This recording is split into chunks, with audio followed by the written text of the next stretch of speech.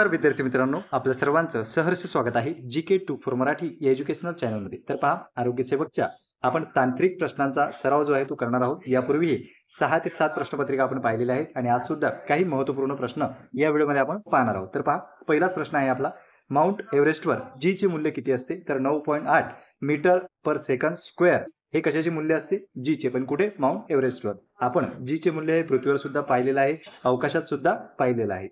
त्यानंतर पहा, डी खंडातील मूलद्रव्यांना जे सिलेबसचे तुमचे टॉपिक आहेत, तांत्रिक अभ्यासक्रमाचा जो अभ्यासक्रम आहे संपूर्ण तो IBPS कंपनीने पब्लिश केलेला आहे किंवा जिल्हा परिषदने ते पब्लिश केलेला आहे। तर पूर्ण हे जे प्रश्न असतील ते तुमच्या सिलेबसलाच धरून आहे, सिलेबसच्या बाहेरचे प्रश्न आपण घेतलेले नाहीत।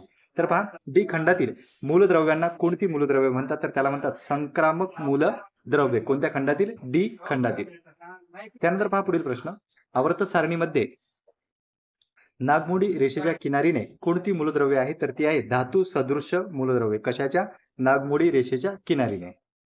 त्यानंतर पहा पुढील प्रश्न आहे, आधुनिक आवर्त सारणीत मूलद्रव्यांची मांडणी कशी आहे? तर ती आहे अणु अंकाच्या चढत्या क्रमाने। आधुनिक आवर्त सारणी जी आहे आपली त्यामध्ये मूलद्रव्ये जे आहेत त्यांची मांडणी कशी केलेली आहे? चढत्या क्रमाने। पण कशाच्या? अणु अंकाच्या चढत्या क्रमाने।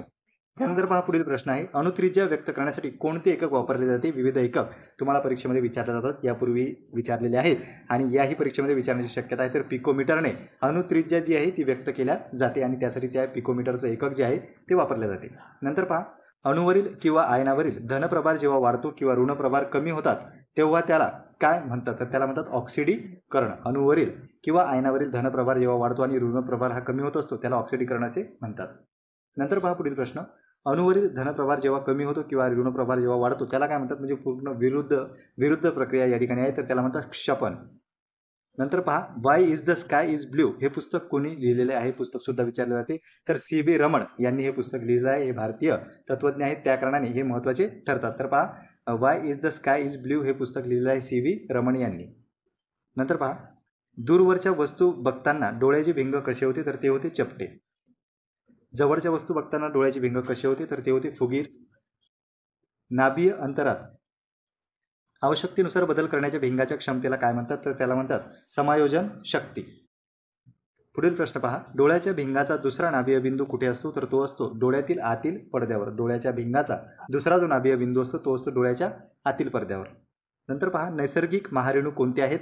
तर ते आहेत पॉलिसॅकराइड प्रोटीन व न्यूक्लिक ॲसिड हे दोन जे आहेत ते नैसर्गिक महारेणू आहेत।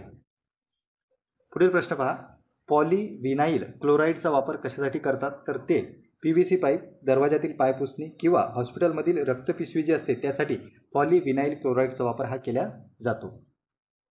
पुढील प्रश्न पहा, पॉलीप्रोपिलीनचा वापर कशासाठी करतात? तर इंजेक्शनची सिरीज, टेबल आणि खुर्च्या बनवण्यासाठी पॉलीप्रोपिलीनचा वापर हा केला जातो। नंतर पहा, पॉलिसॅकराइड हे बहुवार्षिक कुठे आढळते? तर स्टार्च आणि कर्बोदकांमध्ये पॉलिसॅकराइड हे बहुवार्षिक आढळत असते, स्टार्च आणि कर्बोदकांमध्ये। नंतर पहा, जीसॅटचे दीर्घ स्वरूप काय आहे? तर जीसॅटचे जिओ सिंक्रोनाइज सॅटेलाइट असा त्याचा लॉंग फॉर्म होतो। जी आणि सॅट इंग्रजीमध्येही तुम्हाला लिहिलेलं येऊ शकते, या ठिकाणी आपण मराठी उच्चार त्याचा केलेला आहे। तर जिओ सिंक्रोनाइज सॅटेलाइट हे जीसॅटचे दीर्घ स्वरूप आहे। त्यानंतर पुढील प्रश्न पहा, उच्च कक्षेची उच्च पृष्ठभागापासून किती किलोमीटरवर असते? या ठिकाणी पहा, उच्च कक्षेची उंची पृष्ठभागापासून किती उंची किलोमीटरवर असते? तर किलोमीटरमध्ये विचारलेलं आहे। तर 35,780 किलोमीटरच्या वर ही उच्च कक्षेची उंची असते पृष्ठभागापासून। पुढील प्रश्न आहे, मध्यम कक्षेची उंची किती असते? तर मध्यम पहा, 2000 किलोमीटर ते 35,780 किलोमीटरच्या दरम्यान मध्यम कक्ष हा असतो।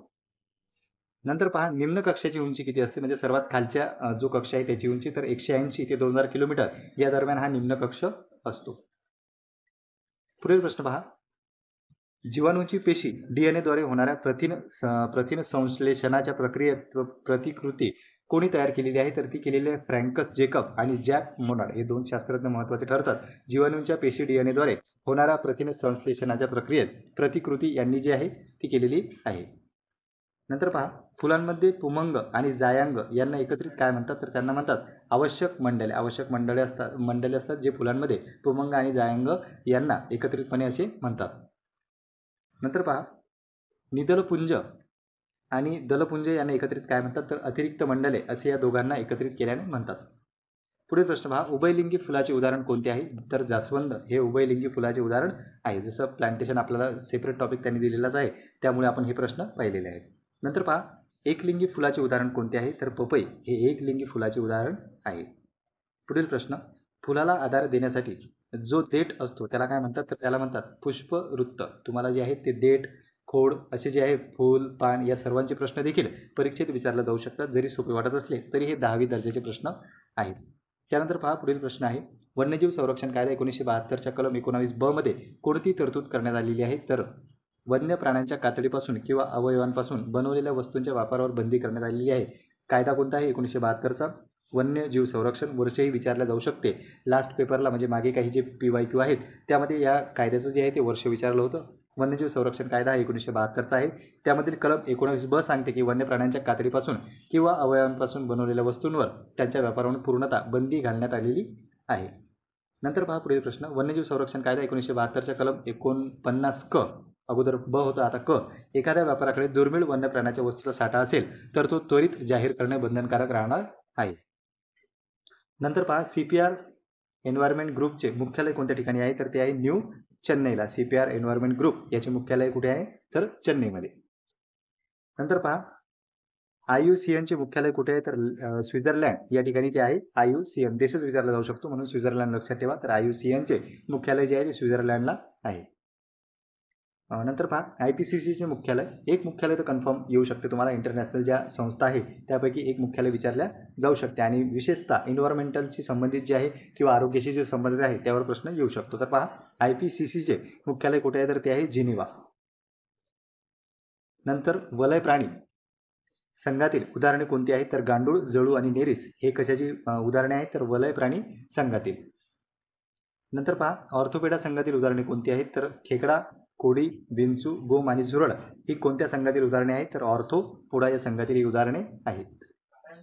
नंतर पहा, पुढील प्रश्न, मोत्यांची निर्मिती कोणत्या शिंपल्यापासून होते? तर आयस्टर या शिंपल्यापासून मोत्याची जी आहे निर्मिती होत असते. हा सुद्धा MP प्रश्न आहे, वारंवार परीक्षेला विचारला जातो म्हणून लक्षात ठेवा. आयस्टर जे शिंपलं असते त्यापासून मोत्यांची निर्मिती होत असते.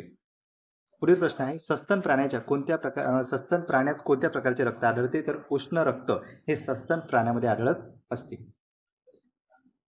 पुढील प्रश्न आहे, कोकोची निर्मिती कोणत्या फळाच्या बियापासून होते? तर थिओब्रोमा कॅको यापासून कोकोची निर्मिती होत असते. कोणता आहे तो बिया? तर थिओब्रोमा कॅफो या बियापासून कोको निर्मितीची जी आहे ती होत असते. नंतर पहा, ग्लुटामिक आम्ल, लायसिन हे पदार्थ काय काम करतात? तर ते प्रथिन बांधणी करत असतात. तर पहा, झायलिटॉल काय काम करते? तर पदार्थांना गोडी देते. आणि हा प्रश्न आहे, कोणते जीवाणू युरेनियम क्षाराचे अतिद्रव्य क्षारात रूपांतर करून जमिनीतील पाण्याच्या साठ्यात मिसळणे रोखतात? तर ते आहे जिओबॅक्टर. बॅक्टेरिया जर चॅप्टर केलं असेल तुम्ही तर जिओबॅक्टर हा महत्त्वाचा बॅक्टेरिया आहे जो जीवाणू आहे युरेनियम क्षाराचे अविद्राव्य क्षारात रूपांतर करून जमिनीतील पाण्याच्या साठ्याचे मिसळणे जे आहे ते रोखतात. तर पहा, महत्त्वपूर्ण आपण 40 प्रश्न पाहिलेले आहे. प्रश्न तुम्हाला कसे वाटले कमेंट सेक्शनमध्ये नक्की कळवा आणि जर काही सजेशन असतील तेही तुम्ही सुचवू शकता. तर या व्हिडिओमध्ये थांबूया. धन्यवाद.